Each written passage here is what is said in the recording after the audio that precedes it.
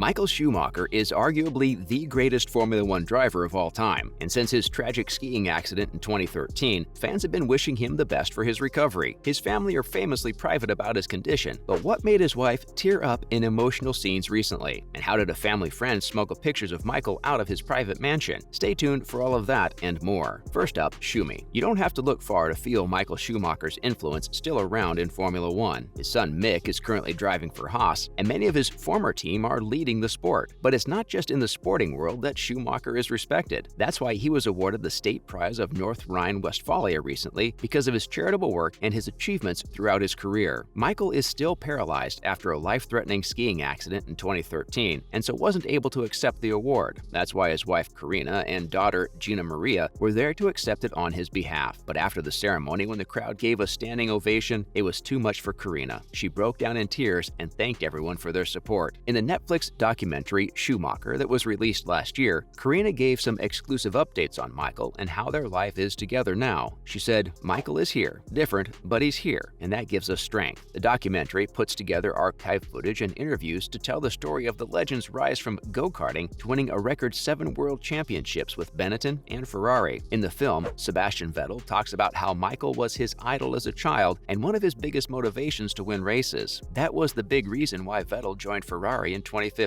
He wanted to follow in Schumacher's footsteps. Unfortunately, Vettel wasn't able to win a title with Ferrari like his idol, but there's no doubt that he still feels very connected to the Schumacher family. Vettel has developed a kind of mentor relationship with Michael's son Mick. Between his father and Vettel, that's 11 world championships that he's had guiding him. Not bad. Up next, a family affair. One of the people featured in that documentary is Schumacher's former manager, Will Webber, and lately he has had some pretty strong comments about the Schumacher family and how he was cut out of the loop. Webber helped build Schumacher's brand into one of the most successful in sports history. Even in 2012, when he was well past his prime driving days and seeing out his retirement by helping build Mercedes, Schumacher attracted sponsorship of €3 million a year just to wear a hat. But it seems that all of Webber's hard work marketing Schumacher has been forgotten by his family. The German has revealed that he hasn't been allowed to contract or see Michael since his accident 9 years ago. Talking to the newspaper La Gazzetta dello Sport, he said, "I tried hundreds of times to contact Karina, and she didn't answer. I didn't expect behavior like that, and I'm still angry about it." Schumacher's family are famously private about Michael's condition, and many of the updates have instead come through their close family friend and Ferrari boss, Jean Todt. This year, Todt revealed that he watches Formula One races with Michael and follows along as his son Mick enters his second year of the sport with Haas. Todt said, "I don't miss Michael, I can see him, but of course what I miss is what we used to do together." Will Webber has said that Jean Todt has also kept him out of the picture with lies and excuses. Whatever happened between them, it's clear that Webber is not part of the inner circle anymore. Coming up, who was trying to sell secret photos of Michael Schumacher after his accident? And how much is one of Schumacher's F1 cars being auctioned off for? So don't go anywhere. Now, selling out a friend. Privacy comes at a cost. That's why the rich and famous have big mansions in secluded areas. And after Michael's accident in 2013, the Schumacher family wanted to keep it private. But that's when a family friend of theirs betrayed them and tried to sell out the superstar. Back in 2016, there were photos of Michael taken of him inside his house that were put up for sale. There have never been any pictures or videos made public after Michael's accident, and they would be worth a significant amount of money. And magazines all over Europe were offered the photos, and the price will shock you. A friend was reportedly offering them for a huge price of £1 million.